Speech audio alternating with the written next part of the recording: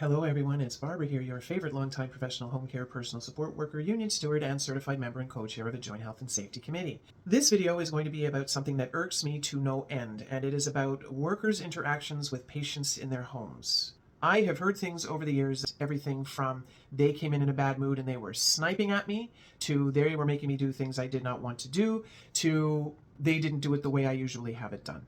Here's the thing I tell newbies, and I have trained many. If you're having something going on in your life and it's troubling you, leave it at the door. If it's something of a serious nature, talk to your supervisor and take time. If you see a patient for the first time, you may not do any personal care. Just call it a getting to know you visit and talk to them. Here is what I do when I see a patient for the first time, whether they are new to service or I am new to them. I say the same thing every time. Hello, I'm Barbara from this company. I've been doing this work for over 25 years. The thing is, I have never seen you before. You have a routine. Everybody has them, and no two are alike. So it would help me a great deal if you could tell me what you want done and how you would like it done, and I will do my best to do it the way you like. If I'm unsure, I will ask you a question. I may ask you many questions. I just ask that you bear with me. If you can help me with this, I will be over the moon about it. Most of the time, when it's a first visit with me or with service, they will let me do care. Sometimes they're just that uncomfortable, they're new to the situation, they don't even know what to make of things. So I say, let's just talk. We don't have to do anything today. Sometimes I've gone in and they will ask me, all right, what are you going to do to me today? Now that tells me things are not going well, and I will ask them in return, what would you like me to do? What do you mean? I'll say, this is your castle. You're the boss. They are never told this. They don't know they have rights. And when I have done first visits with people, we bring a little folder in that's got a pamphlet. And I explain to them the most important page on the pamphlet is, the page number escapes me.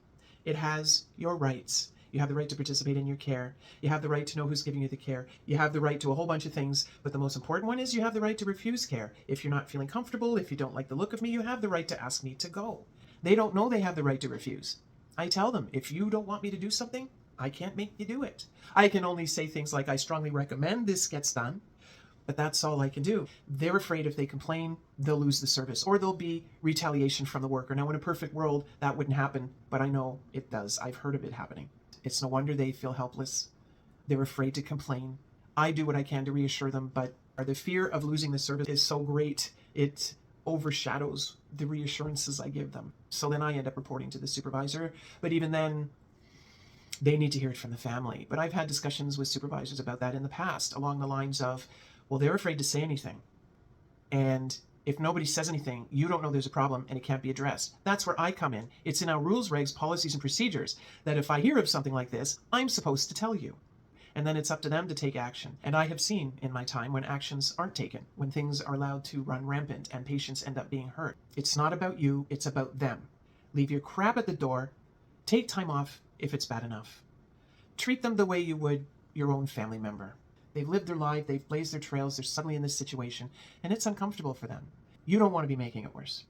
So, here endeth the lesson. Stay healthy, stay safe, and I'll see you on the flip side.